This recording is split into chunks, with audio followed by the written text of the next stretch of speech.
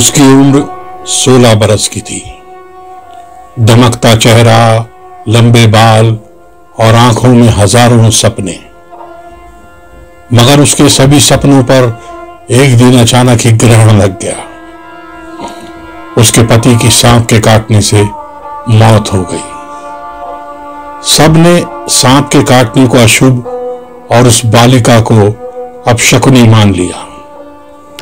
उसके पति की चिता ठंडी भी ना हुई थी कि उसका मुंडन करवाकर उसे त्याग दिया गया। उसे पूरी जिंदगी एक वृद्धाश्रम में रहने के लिए छोड़ दिया गया।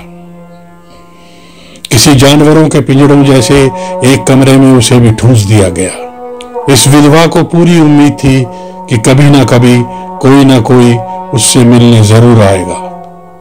वो सारा दिन दरवाजे पर आंखें लगाए बैठी रहती। दिन, महीने, साल गुजरते रहे मगर कोई नहीं आया। अब उसके चेहरे पर झुर्रियां पड़ चुकी थी। बाल किसी सूखे झाड़ जैसे हो गए थे। हाथ कांपने लगे थे। पीठ में रीढ़ की हड्डी बाहर को निकल आई थी। पसलियों ने शरीर से बाहर झांकना शुरू कर दिया था। विधवा आश्रम चलाने वाले की झिड़कियां और ताने सुनते सुनते उसकी आंखें पथरा गई थी। उसने कई बार नदी में कूदकर जान देने की भी सोची, मगर पति को लगने वाले पाप के डर से वो रुक गई। 16 बरस की वो बालिका अब 44 बरस की हो चुकी थी, मगर देह और देखने से वो 70 से कम नहीं लगती थी। अब उसने पूजा के मंत्रों के साथ साथ ये बोलना भी शुरू कर दिया था कि हे ईश्वर, मुझे इस जीवन से मुक्ति दे दो।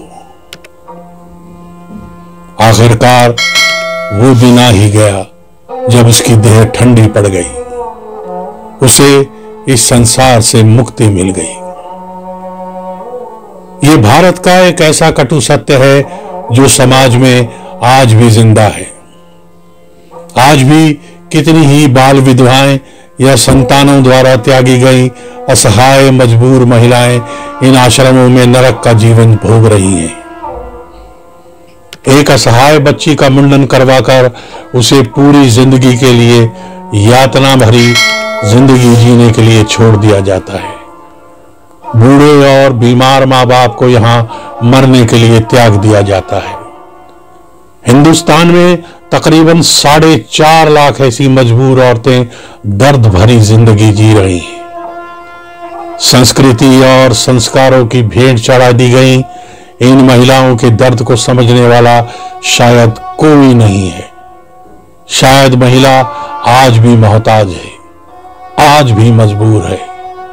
यही हमारा सत्य है और शायद यही इनकी किस्मत है।